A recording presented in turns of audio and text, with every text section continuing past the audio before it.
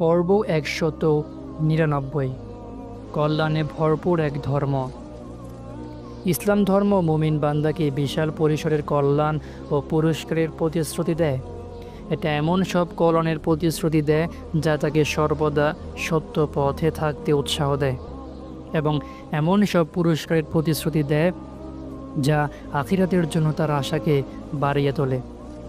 যেসব আমল গুনাহ মুছে ফেলে, যেমন সলাত, ইসলামে এমন সব আমল অনেক আছে, যেমন একটি আমলে সলেহ বা নেক আমল 10 গুণ, 700 গুণ, এমনকি আরও অনেক অনেক গুণ বেশি বাড়ানো হয়।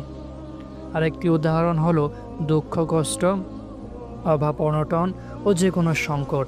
যখনই কোনো মুমিন বান্দা কোনো সংকটে পড়ে, তখনই তার কিছু পাপ মাফ করে দেয়া হয়।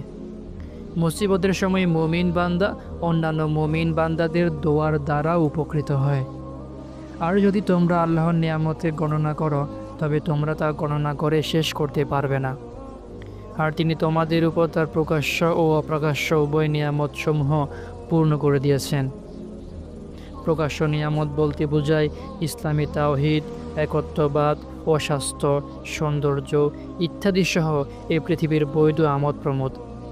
অপ্রকাশ্য নিয়ামত বলতে বোঝায় আল্লাহর প্রতি ঈমান, ইলম, হিকমত, আমলে সলে করার জন্য পথ নির্দেশ বা হেদায়াত ও আখিরাতের জান্নাতের আমোদ পড়তে।